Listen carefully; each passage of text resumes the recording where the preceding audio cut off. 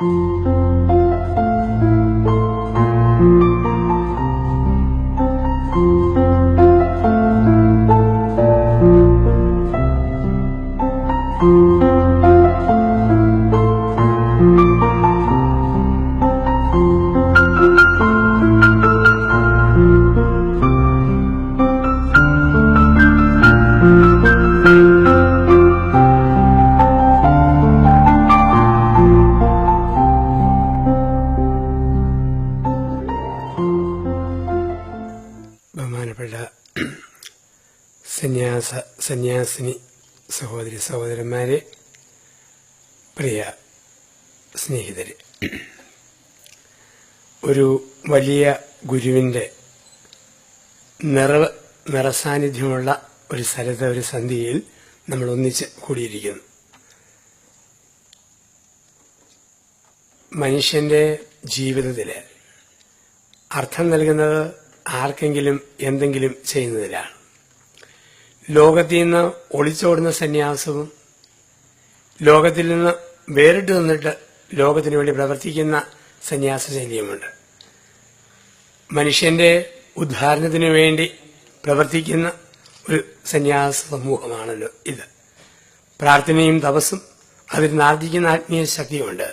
സമൂഹത്തിന്റെ രൂപാന്തരീകരണത്തിന് നിർണായകമായ പങ്കുവഹിക്കുന്ന ഒരു സമൂഹത്തില് ഗുരുവിന്റെ സന്യാസശിക്ഷയുടെ 32ാം വാർഷികത്തിലൂടെ നമ്മൾ കടന്നു പോകുമ്പോൾ ഒത്തിരിയേറെ സന്തോഷത്തോടുകൂടി നമ്മുടെ തന്നെ ജീവിതത്തെ നമ്മളൊന്ന് വിലയിരുത്തുന്നു.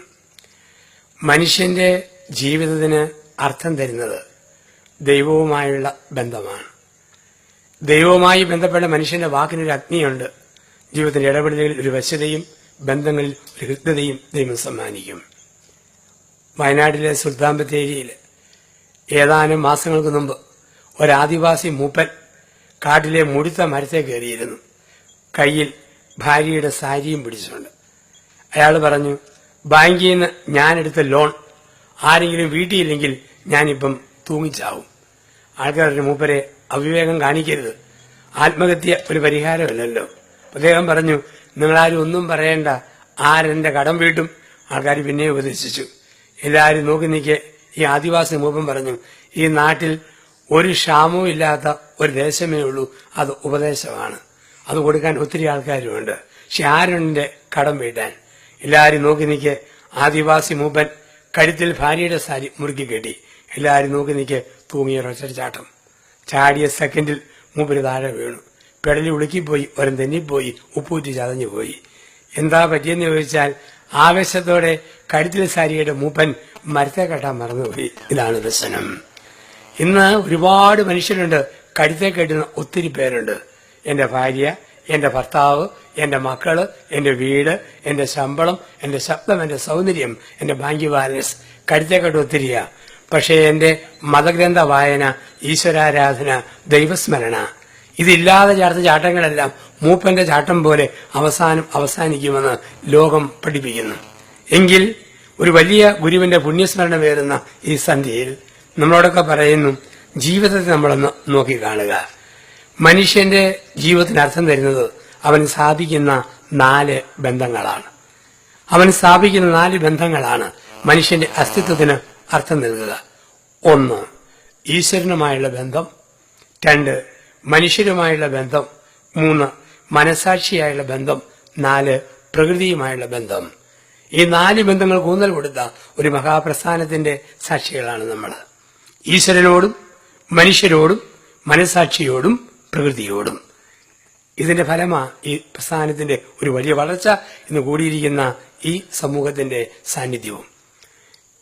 ഈശ്വരനോട് ബന്ധപ്പെടാതെ മനുഷ്യർക്ക് ഒരിക്കലും ജീവിക്കാൻ പറ്റുകയില്ല. ഒരു വൃക്ഷത്തിന്റെ തൈ ഏത് മലമുകളിൽ വെച്ചാലും അതിന്റെ വേര് വെള്ളം തേടി പോകും. ഒരു ചെടി ഏത് ഉൾപ്രദേശത്ത് വെച്ചാലും അതിന്റെ ഇല സൂര്യനെ തേടി പോകും. മനുഷ്യൻ എവിടെയാണേലും അവന്റെ ആത്മാവ് ഈശ്വരനെ തേടി പോകും. മരത്തിന്റെ വേര് വെള്ളം തേടുന്നത് പോലെ, മരത്തിന്റെ ഇല സൂര്യനെ തേടുന്നത് പോലെ മനുഷ്യന്റെ ആത്മാവ് ദൈവത്തെ തേടും, ഈശ്വരനെ തേടും. ആ തേട്ടമാ ഈ സന്യാസ സമൂഹത്തിന്റെ ഇവരുടെ സാന്നിധ്യം. അങ്ങനെ ഈശ്വരനെ തേടുന്നതുകൊണ്ടാണ് സന്യാസി ധരിക്കുന്ന വസ്ത്രത്തിന്റെ 3 നിറങ്ങൾ. 1 മഞ്ഞ, 2 കാവി, 3 മണ്ണിന്റെ നിറം. ഭൂമിയുടെ മണ്ണിന്റെ നിറം. ഇത് ഏറെക്കുറെ മണ്ണിന്റെ നിറമാണ്, ബ്രൗൺ. കാവി എന്ന് പറഞ്ഞാൽ ദൈവത്തിന്റെ അഗ്നി ഇറങ്ങിയവർ. അഗ്നിയുടെ പ്രതീകമാണ് കാവി. അഗ്നി ഇറങ്ങിയവനാ സന്യാസി. സന്യാസി എന്ന് പറഞ്ഞാൽ തന്നെ ഉപേക്ഷിച്ചവൻ, ബന്ധങ്ങൾ ഉപേക്ഷിച്ചവൻ. സന്യാസം എടുക്കുന്നത് തന്നെ ഭാവിയിലുള്ള പുനർജന്മങ്ങളെ അങ്ങനെ ഒരു ജീവിതമില്ലാതെ ഒന്നുകൂടെ തന്നെ പൂർണ്ണതയെത്താൻ വേണ്ടി. അതാണല്ലോ സന്യാസം. ഉപേക്ഷിക്കുന്നു, എത്തിപ്പിടിക്കുന്നു. ആ എത്തിപ്പിടുത്തമാണ് ദൈവവുമായ മനുഷ്യന്റെ ബന്ധം. ആ ബന്ധത്തിന് മതഗ്രന്ഥ വായന, ഈശ്വരാരാധന, നാമജപങ്ങൾ, നമ്മുടേതായ സൽക്കർമ്മങ്ങൾ, ഇതെല്ലാം ദൈവവുമായുള്ള ബന്ധത്തിൽ നമ്മളെ വളർത്തുന്നു. അപ്പൊ ദൈവത്തോടുള്ള ബന്ധം. 2, മനുഷ്യരുമായുള്ള ബന്ധം. മനുഷ്യരോട് ബന്ധപ്പെടാതെ ഈ ഭൂമിയിൽ ആർക്കും ജീവിക്കാൻ പറ്റിയല്ലോ. നമ്മളൊക്കെ ഓർത്ത് നോക്കുക, ജനിച്ച നാളിൽ നമ്മുടെയൊക്കെ അമ്മ പറയുക, മിടുക്കൻ മോൻ മിടിക്കുമ്പോൾ ഇഷ്ടമുള്ള ഷേപ്പിൽ വളർന്നു വന്നോട്ട്. അമ്മ നമ്മളെ തൊടാതെ വിട്ടിരുന്നെങ്കിൽ ഇന്ന് നമ്മളൊക്കെ ഏതോ കാട്ടുപതികളെ തേറ്റാ പോയി പല്ലുമായി മംഗോളിയൻ മരത്തിലുള്ള പതിയെ മൂക്കുമായി ഈ ഭൂമിയിൽ നടന്നേനെയും. അമ്മ നമ്മളെ പ്ലാസ്റ്റിക് ഷീറ്റിൽ കമഴ്ത്തി കിടത്തി മരത്തിൽ കിടത്തി മൂക്കേ തിരുമ്പി, വയറെ തിരുമ്പി, പല്ലേ തിരുമ്പി, മോനെ തിരുമ്പിയപ്പം മുല്ലപ്പ് മുട്ടുപോലെ പല്ല് വന്നു മുഖത്തിന് ഭാവവും സൗന്ദര്യവുമായി. എത്ര പേരോട് ബന്ധപ്പെട്ട ജീവിതം. മുടി വെട്ടിയ ബാർബർ, തുണി തുന്നിയ തയ്യൽക്കാരൻ, പഠിപ്പിച്ച അധ്യാപകര്, ജ്ഞാനസൂത്രങ്ങൾ പകർന്നു ദിവ്യ ഗുരുക്കന്മാര്, എത്ര പേരുടെ സുഹൃതങ്ങളുടെ ഫലമായ ജീവിതം. മനുഷ്യനോട് ബന്ധപ്പെടാൻ ജീവിക്കാൻ പറ്റിയല്ല. ഇപ്പം മനുഷ്യബന്ധം. ഇപ്പം നമ്മൾ പരസ്നേഹ പ്രവൃത്തി ഇവിടെ ചെയ്യുന്നു. എത്രയോ കുടുംബങ്ങൾ ഈ മഹാപ്രസ്ഥാനവുമായി ബന്ധപ്പെട്ട് കഴിയുന്നു.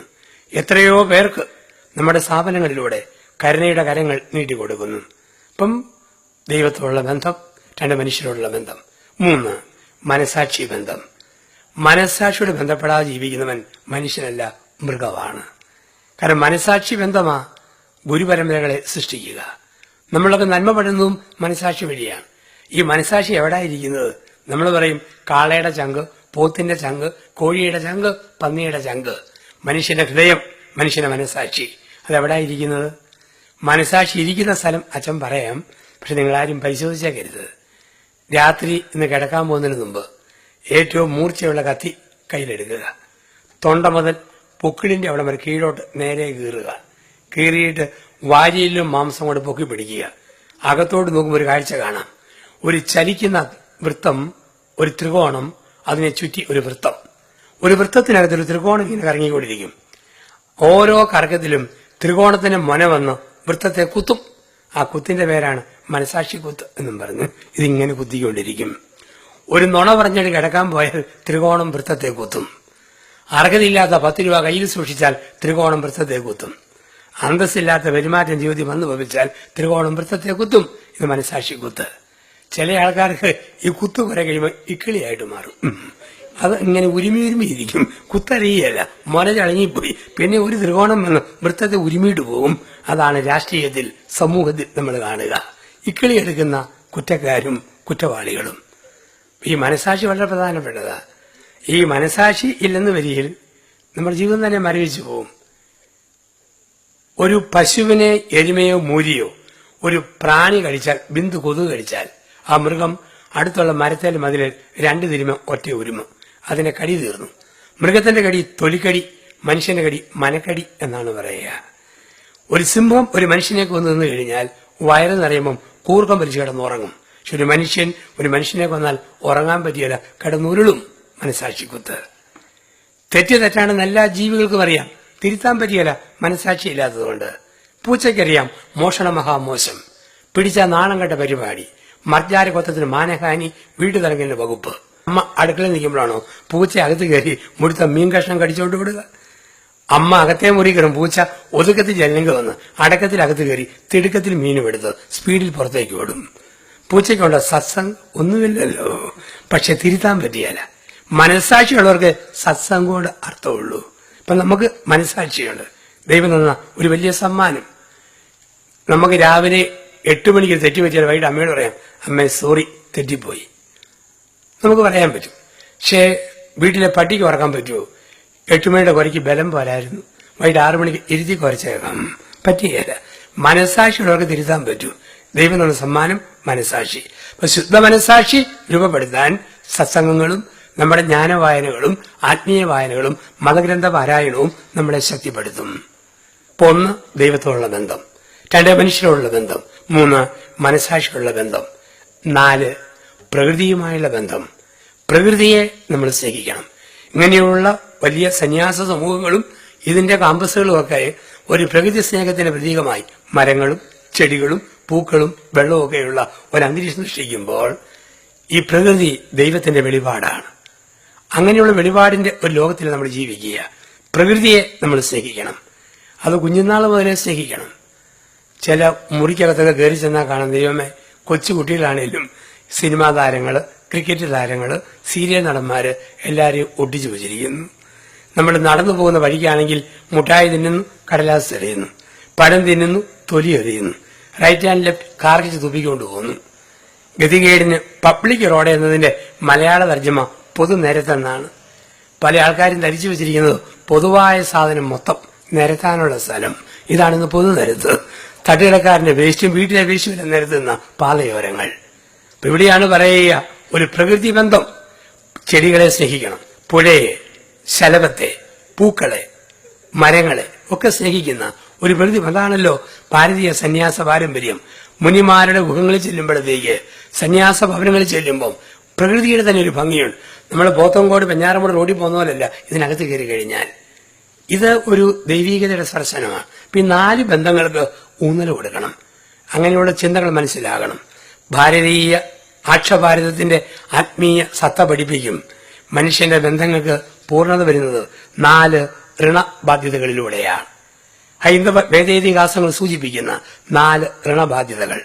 1 ഈശ്വരനോട്, 2 മാതാപിതാക്കളോട്, 3 ഗുരുജനങ്ങളോട്, 4 സഹജീവികളോട്. മനുഷ്യന്റെ ജീവിതത്തിൽ 4 ഋണബാധ്യതകളാ. ഈശ്വരനോട്, മാതാപിതാക്കളോട്, ഗുരുജനങ്ങളോട്, സഹജീവികളോട്. 4 കടപ്പാടുകൾ. ഈശ്വരനോടുള്ള കടപ്പാട് നമ്മുടെ സന്ധ്യാ നമസ്കാരങ്ങൾ, നമ്മുടെ പ്രാർത്ഥനകൾ, നമ്മുടെ പൂജകൾ, മതഗ്രന്ഥ വായനകൾ, ദാനധർമ്മങ്ങൾ, സത്സംഗ്, ഇതിലൊക്കെ ഇരുന്ന് ഈശ്വരനെ ധ്യാനിക്കുമ്പോൾ നമ്മുടെ ജീവിതത്തിൽ ആ കടപ്പാടാണ്. അസ്തിത്വം തന്ന ദൈവത്തോടുള്ള മനുഷ്യന്റെ പ്രത്യുത്തരമാണ് നന്മ നിറഞ്ഞ ജീവിതങ്ങളും പ്രാർത്ഥനയും സ്തുതിപ്പും ഗാനാലാപങ്ങളും ഗീതാലാപങ്ങളും ഒക്കെയായിട്ട് ഈശ്വരനോടുള്ള കടപ്പാട്. അതുകൊണ്ടാണ് പറയുക, ദൈവമില്ലെന്ന് പറയുന്നവരോടൊപ്പം സുഹൃത്ത് ബന്ധം നമുക്ക് പറ്റുകയല്ല. ദൈവമില്ല എന്ന് പറയുക എനിക്ക് നാക്കില്ല എന്ന് നാക്കുകൊണ്ട് പറയുന്ന പോലെ. അമ്മയുടെ വയറ്റിൽ കിടന്ന കൊച്ചു പറയാം അമ്മയില്ല, എവിടെ കിടന്നോണ്ടാ? അമ്മയുടെ ഗർഭപാത്രത്തിൽ കിടന്നുണ്ട്. അങ്ങനെ പറയുന്നവരുണ്ട്. ദൈവാസ്തിത്വത്തെ നിഷേധിക്കുന്നവരുമുണ്ട്. ഇപ്പൊ ദൈവത്തോടുള്ള ഒരു കടപ്പാട് നന്മ നിറഞ്ഞ ജീവിതം വഴിയും മതത്തിന്റെ പാരമ്പര്യങ്ങളും ആചാരാനുഷ്ഠാനങ്ങളും വഴി നമ്മൾ പൂർത്തിയാക്കുന്നു.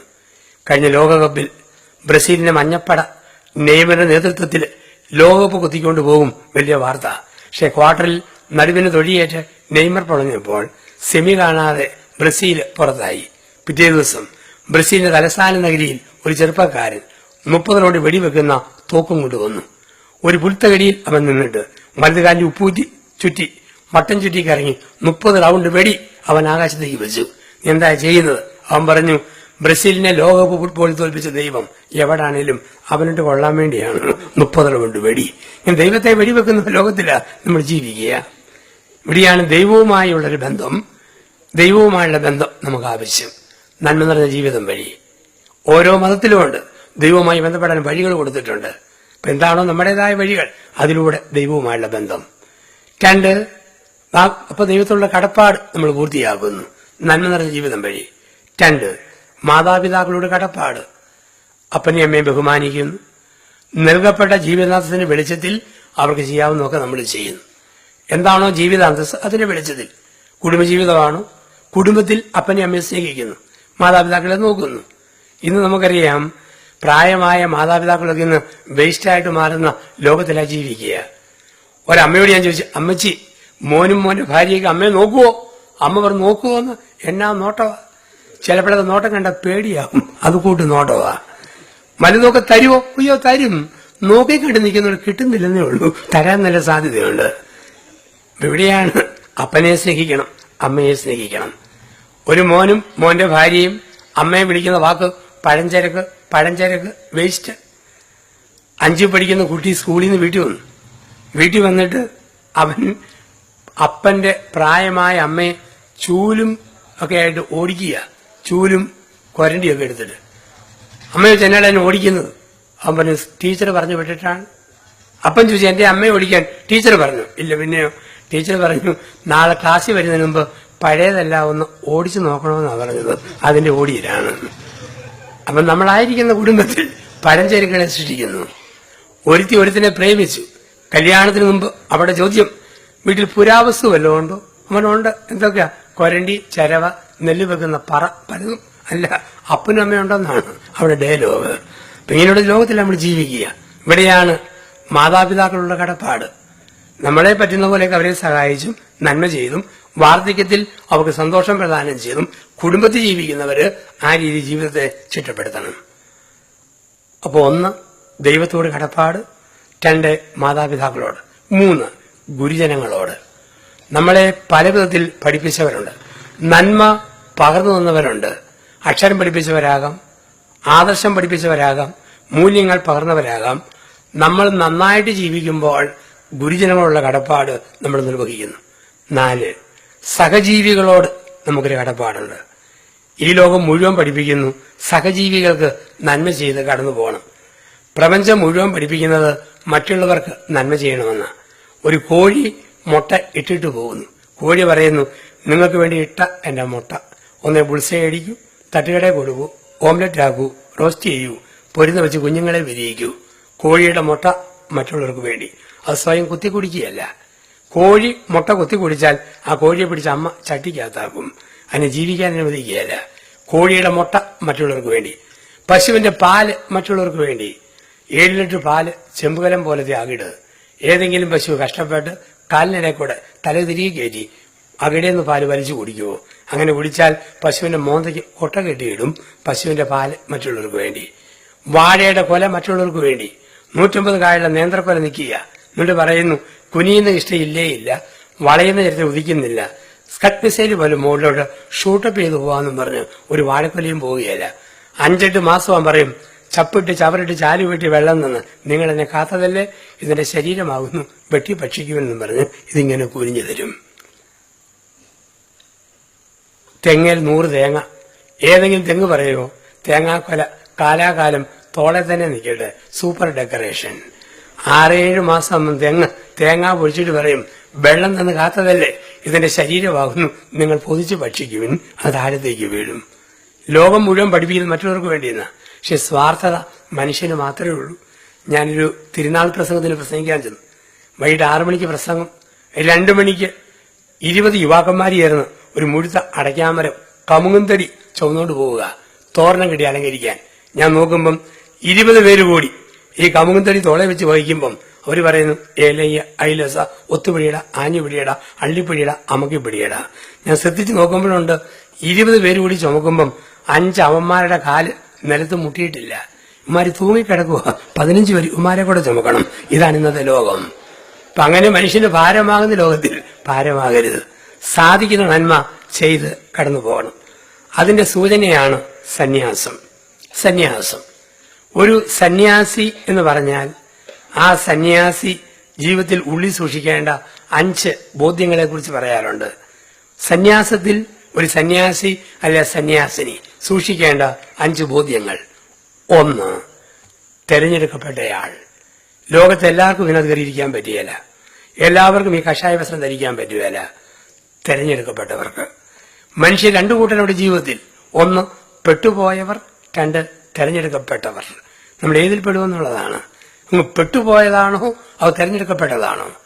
ക്ഷേത്രത്തിന്റെ ഘോഷയാത്ര പോകുമ്പം, പള്ളിയിൽ പെരുന്നാളിന്റെ പ്രദക്ഷിണം പോകുമ്പം ഒരുപാട് വണ്ടികൾ പെട്ടുപോകും പുറകിൽ. അന്നാണ് സകല ദൈവങ്ങളും മനുഷ്യന്റെ പുളിച്ച തെറി കേൾക്കുന്ന ദിവസം എന്ന് തന്നെയാണ്. മെനക്കെടുത്തുന്ന കോലം കെട്ടലുകൾ അത് പള്ളിയിൽ നടത്തിയാലും ക്ഷേത്രത്തിൽ നടത്തിയാലും അത് മോസ്കിൽ നടത്തിയാലും തെറ്റാണ്. വഴി ബ്ലോക്ക് ചെയ്യുന്ന പ്രദക്ഷിണങ്ങളും ഘോഷയാത്രകളും. അപ്പൊ അങ്ങനെയുള്ള ചില വണ്ടികൾ ഇതിന്റെ പുറകിൽ പെട്ടുപോകും. ഞാൻ അച്ഛനായിട്ട് 23 വർഷം. വയസ്സ് എത്രയാന്ന് ചോദിച്ചു കഴിഞ്ഞാൽ 40 വയസ്സ് കഴിഞ്ഞിട്ട് 15 വർഷം. ഇത്രയായി കാലങ്ങൾ. അപ്പൊ ഇങ്ങനെ ജീവിക്കുമ്പം എനിക്ക് ഓർക്കാം 60 വയസ്സിൽ കൂടി കുറെ പേര് എന്റെ മുമ്പിൽ, 30കാര് പറയും നടുക്ക് അച്ഛൻ പെട്ടുപോയി. നമ്മൾ പെട്ടുപോയവരല്ലോ. സന്യാസി തെരഞ്ഞെടുക്കപ്പെട്ടയാളാണ്. തെരഞ്ഞെടുക്കപ്പെട്ടാൽ അതിന്റെ സന്തോഷം മുറ്റം തൂത്തുവാരുമ്പോഴും വെള്ളം ഒഴിക്കുമ്പോഴും പാത്രം കഴുകുമ്പോഴും ഏത് കൊച്ചു പണിയിലും തൃപ്തി. ഇതാണ് സന്യാസി, തെരഞ്ഞെടുക്കപ്പെട്ടയാൾ. 2, അയക്കപ്പെട്ടയാളാണ് സന്യാസി. കരുണാകര ഗുരുവിനെ ഈശ്വരൻ ഈ പ്രദേശത്തേക്ക് അയച്ചു, ശിഷ്യഗണത്തെ ഈ ലോകത്തിലേക്ക് അയച്ചു. നമ്മൾ എവിടെയാണേലും അയക്കപ്പെട്ടവരാണ്. അയക്കപ്പെട്ടവർക്ക് ഒരു കമ്മിറ്റ്മെന്റേ ഉള്ളൂ, അയച്ചവന്റെ ഇഷ്ടം നിറവേറ്റുക.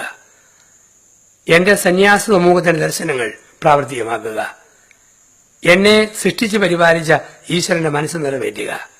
അയക്കപ്പെട്ടവരുടെ ദൗത്യം അയച്ചവന്റെ ഇഷ്ടം നിറവേറ്റുക. നമുക്ക് സ്വന്തമായിട്ടൊന്നുമില്ല. സമൂഹത്തിന്റെ നിയമങ്ങളും അതിന്റെ റൂളുകളും ചിട്ടകളുമുണ്ട്. അത് അക്ഷരം പ്രതി പാലിക്കുന്നു. അവിടെ ചോദ്യം ചെയ്യലില്ല, ബുദ്ധിയും യുക്തിയും ഇല്ല.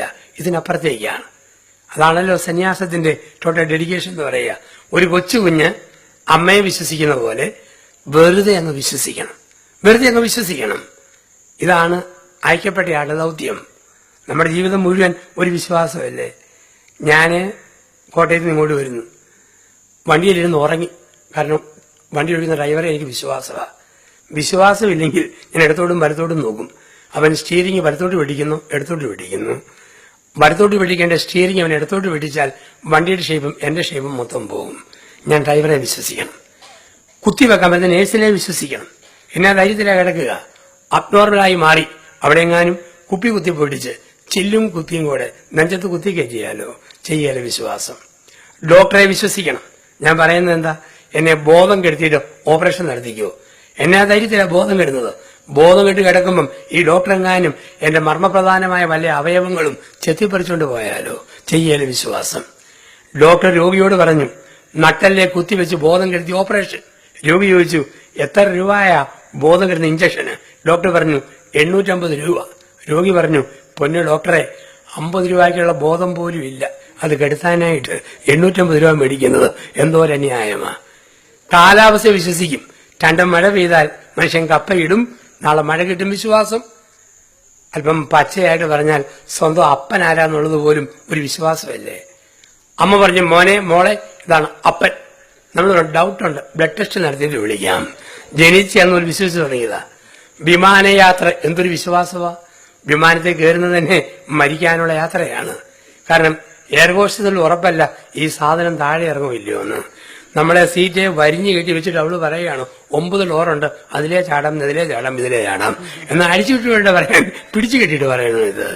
പിന്നെ പറയുന്നത് 35,000 അടി പൊക്കത്തിൽ വിമാനം പറക്കുമ്പം ഓക്സിജൻ കിട്ടാതെ വന്നാൽ തൂങ്ങിയിറങ്ങുന്ന സഞ്ചി എങ്ങനെ വായി തള്ളി കയറ്റണം. ഞാനും നോക്കത്തേയില്ല.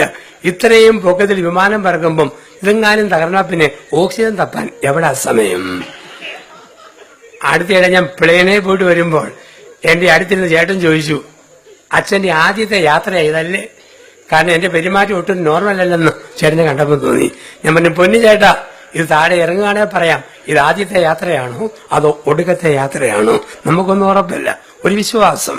ഇപ്പൊ നമ്മൾ കണ്ണടച്ച് വിശ്വസിക്കണം. ഗുരുസൂക്തങ്ങൾ, മതഗ്രന്ഥങ്ങൾ, ദൈവത്തിന്റെ ഇടപെടൽ, ഇതാണ് അയക്കപ്പെട്ടവരുടെ ദൗത്യം. കൊച്ചു കുഞ്ഞുങ്ങൾ അമ്മയെ വിശ്വസിക്കുന്ന പോലെ. കോട്ടയത്തു നിന്നും 2 കൊച്ചുകുട്ടികൾ തിരുവനന്തപുരം സൂപ്പർ ഫാസ്റ്റിൽ കയറി. കുറെ കഴിഞ്ഞ് പറയാം, കണ്ടക്ടർ സാറെ തിരുവല്ല ആവുമ്പം ഒന്ന് പറഞ്ഞേക്കണം. കണ്ടക്ടർ പറഞ്ഞു, ഇരുന്നോ പറയാം. ചിങ്ങവനമായപ്പം ഇതാണ് തിരുവല്ല, ആകുമ്പം പറയാന്ന് പറയും, പോയി ഇടാന്ന് പറഞ്ഞു. ചങ്ങനാശ്ശേരി വന്നപ്പം ഇത് തിരുവല്ല ആണെന്നാ തോന്നുന്നു. മെനക്കെടുത്ത് അവന് വലിഞ്ഞു കയറി, പോയി ഇടാന്ന് പറഞ്ഞു. പിള്ളേർ പേടിച്ചു പോയി. അവര് പോയിരുന്ന് ഉറങ്ങി. കണ്ടക്ടർ ഉറങ്ങിപ്പോയി. തിരുവല്ലായി ചെന്ന് ഭാര്യ ഇറങ്ങാനില്ല, കയറാനില്ല, വണ്ടി വിട്ടുപോയി. കുറ്റൂര് വണ്ടി വന്നപ്പോൾ ആൾക്കാരെ വേളം വെച്ചു. 2 കുഞ്ഞുങ്ങൾ പറഞ്ഞതല്ലേ തിരുവല്ല ആകുമ്പം പറയണമെന്ന്. ഇതൊരു മര്യാദകേടാ. ഒന്നേ വണ്ടി തിരിച്ചുവിട്, അല്ലെ വേറെ വണ്ടി കയറ്റി വിടാൻ പറഞ്ഞു. അരിശം വന്ന കണ്ടക്ടറിന്റെ വണ്ടി പുറകോട്ട് എടുത്തു, തിരുവല്ലായി കൊടുത്തു. ഇറങ്ങിപ്പോടാ, മെനക്കെടുത്താൻ വേണ്ടി വലിഞ്ഞു കയറി വരുന്നു. തിരുവല്ല. അവര് പറഞ്ഞു, സാറേ ഇറങ്ങുമൊന്നും വേണ്ട. പിന്നെ അമ്മ പറഞ്ഞായിരുന്നു, തിരുവല്ലായി ചെല്ലുമ്പം ചോറും പൊതി ഒഴിച്ച് ഉണ്ടോണോന്ന് പറഞ്ഞു. അത് ആയോന്നറിയാൻ വേണ്ടിയിട്ടാണ്. കുഞ്ഞുങ്ങളുടെ ഹൈക്കമാൻഡ് അമ്മയാണ്, അപ്പനാണ്. അതിനപ്പുറം അപ്പീലില്ല. അയക്കപ്പെട്ട ഒരു ദൗത്യമേ ഉള്ളൂ, അയച്ചവന് ഇഷ്ടം നിറവേറ്റുക. വേറൊരു അപ്പീലില്ല. 1 തിരഞ്ഞെടുക്കപ്പെട്ടവൻ, 2 അയക്കപ്പെട്ടവൻ, 3 മിഷൻ. ഒരു ദൗത്യബോധം നമുക്ക് വേണം. ഒരു ദൗത്യബോധം. ഒരു സന്യാസി ഒരു മിഷനുള്ള ആളാണ്. ഒരു ദൗത്യബോധം. ഗുരുവിന്റെ സന്ദേശം മനുഷ്യന്റെ മനസാക്ഷിയിൽ ലോകത്തിന്റെ അതിർത്തി വരെ എത്തിക്കുക എന്നുള്ളത് ഒരു ദൗത്യബോധം. ഏതോ ഒരു സന്യാസിക്കുമുള്ള ഒരു ദൗത്യബോധം. ദൗത്യബോധമുള്ളവർക്ക് പിന്നെ പിള്ളകളിയോ കളിതമാശയോ ഇല്ല. പിന്നെ അതിനുവേണ്ടി മരിക്കും. കാശ്മീർ അതിർത്തിയിൽ പാകിസ്ഥാനുമായി യുദ്ധം ചെയ്ത പടയാളിക്ക് വീട് ബ്ലെസ്സിങ് ഉണ്ടെന്ന് പറഞ്ഞ് നാട്ടിലോട്ട് വരാൻ പറ്റിയല്ല. ആ സമയത്ത് അവിടെ തന്നെ നിൽക്കണം. അതാണ് അവന്റെ കമ്മിറ്റ്മെന്റ്. ഒരു പേടിത്തോണ്ടൻ പട്ടാളക്കാരൻ മേദരോട് പറഞ്ഞു, എനിക്ക് കേരളത്തിൽ പോകണം, പുതിയ വീട് വെച്ചു, അതിന് കയറി താമസമുണ്ട്, പരവാസ്തോലി. മേദർ കളിയാക്കാൻ വേണ്ടി പറഞ്ഞു, പാകിസ്ഥാന്റെ ഒരു പാറ്റൻ ടാങ്ക് അതുപോലെ പിടിച്ചുകൊണ്ട് തരാമെങ്കിൽ 1 മാസത്തെ അവധി തരാം. പേടി തുടങ്ങി പറ്റിയാലെന്നറിയാം. അന്ന് വൈകിട്ട് 5:30 ഇയാൾ പാകിസ്ഥാന്റെ പാറ്റൻ ടാങ്കോട്ട് വന്നു. മേദർ അത്ഭുതപ്പെട്ടു പോയി. വീട്ടിൽ പോകാനുള്ള കൊതി കൊണ്ട് ഇത്രയും ശക്തി കിട്ടിയോ, ധൈര്യം കിട്ടിയോ? ഇയാൾ പറഞ്ഞു, ധൈര്യം കൊണ്ടൊന്നുമല്ല, ഒരു പാകിസ്ഥാൻ പട്ടാളക്കാരന് ഇസ്ലാമാബാദിന് പോകണമായിരുന്നു, എന്റേത് അങ്ങോട്ട് കൊടുത്തു, അവന്റേത് ഇങ്ങോട്ട് കൊടുത്തു, ഞാൻ മേടിച്ചുകൊണ്ട് വന്നതാണ്. ഇന്ന് ഈ ദൗത്യബോധം മിഷൻ പോകുന്ന ലോകത്താ ജീവിക്കുക. അവിടെയാണ് ചെറുതും വലുതുമായ കമ്മിറ്റ്മെന്റുകൾ, അതിന്റെ പൂർത്തീകരണം. 1 തെരഞ്ഞെടുക്കപ്പെട്ടു എന്ന കൺവിക്ഷൻ, 2 അയക്കപ്പെട്ടു എന്ന ബോധ്യം, 3 ഒരു മിഷൻ, 4 മുറിച്ചു കൊടുക്കാനുള്ള കഴിവ്. നമ്മൾ മുറിച്ചു കൊടുക്കണം. മുടി നരച്ചാലും പല്ല് പറഞ്ഞാലും മോണ ഒട്ടിയാലും വയറ് ചാടിയാലും ഫിഗർ പോയാലും ഒന്നിനെക്കുറിച്ച് നമുക്ക് ഒരു സങ്കടവുമില്ല. ഈശ്വരന് വേണ്ടി കൊടുത്തു പോയതാ. നരച്ച മുടി നമുക്കറിയാം, പ്രായമാകുമ്പോഴത്തേക്ക് സന്തോഷിക്കാൻ പറ്റും. കാരണം പ്രായമാകുമ്പോഴാണ് മനുഷ്യൻ ഏറ്റവും ധനവാനാകുന്നത് വാർദ്ധക്യത്തിലാണ്. കാരണം സിൽവർ ഹെയർ, ഗോൾഡൻ ടീത്ത്, 3 ലക്ഷത്തിന്റെ സ്റ്റൺ, വയറ് നിറയെ ഗ്യാസ്, ഇത്രയും പണമുള്ള ഒരു കാലമില്ല. അപ്പൊ എത്ര വയസ്സായാലും പ്രായമായാലും ഓർക്കുക, ഈശ്വരന് വേണ്ടി കൊടുത്തു തീർന്നതിന്റെ അടയാളങ്ങളാണ് ജീവിതത്തില്. ഇതാണ് മുറിച്ചു കൊടുക്കാൻ മടിക്കരുത്. അവസാനമായി വേർതിരിക്കപ്പെട്ടവർ. ഈ വസ്ത്രം വേർതിരിക്കപ്പെട്ട വസ്ത്രമാണ്. ഇവിടെ വരുന്നവരുടെ വെള്ള വസ്ത്രം ധരിച്ച് ഒരുപാട് പേരെ കണ്ടു. വേർതിരിക്കപ്പെട്ടവർ. അഗ്നി ഇറങ്ങിയ കാവ്യവസ്ത്രം ധരിച്ചവർ വേർതിരിക്കപ്പെട്ടവർ. നമ്മളൊക്കെ വേർതിരിക്കപ്പെട്ടവരാ. നമ്മുടെയൊക്കെ വിലയും വേർതിരിക്കപ്പെട്ടതിന്റെ വിലയാ. ഒരു വീട്ടിൽ 4 മക്കളുണ്ടെങ്കിൽ 3 പേര് കുടുംബജീവിതം നയിക്കുമ്പോൾ ഒരാൾ സന്യാസിയാണെങ്കിൽ സന്യാസിക്ക് വീട്ടിലൊരു വിലയുണ്ട്. എല്ലാവരും ഒരേ അപ്പന്റെ അമ്മയുടെ മക്കളാ. പക്ഷേ സന്യാസിയുടെ വില വേർതിരിക്കപ്പെട്ടു എന്ന വിലയാണ്. വേർതിരിക്കപ്പെട്ട അതിന്റെ ശൈലികളും ഭാഷകളും സംസാര രീതികളും ബന്ധങ്ങളും ദർശനങ്ങളും നല്ല വായനയൊക്കെ നമ്മളെ വേർതിരിക്കട്ടെ. മനോഹരമായ ഈ സന്ധ്യയിൽ ഈ ചിന്തകൾ മനസ്സിൽ സൂക്ഷിക്കാം. കടപ്പാടുകൾ പൂർത്തിയാക്കാം, ബന്ധങ്ങളെ സാക്ഷാത്കരിക്കാം, ദൈവം വേദിച്ച ജീവിതത്തിന് അതിന് വില കൊടുക്കാം. അങ്ങനെ ദൈവത്തെ മഹത്വപ്പെടുത്താനും മനുഷ്യർക്ക് നന്മ ചെയ്യാനും പ്രകൃതിയെ സ്നേഹിക്കാനും ചുറ്റുപാടുകളിൽ ഈശ്വര ചിന്ത വിതറി ഈശ്വര ചൈതന്യത്തിന് പ്രേക്ഷിതരാകുവാൻ ഇവിടെ കൂടിയിരിക്കുന്ന എല്ലാവർക്കും ഈശ്വരൻ അനുഗ്രഹം നൽകട്ടെ. ഒരു നല്ല സന്ധ്യ എല്ലാവർക്കും ആശംസിക്കുന്നു. നന്ദി.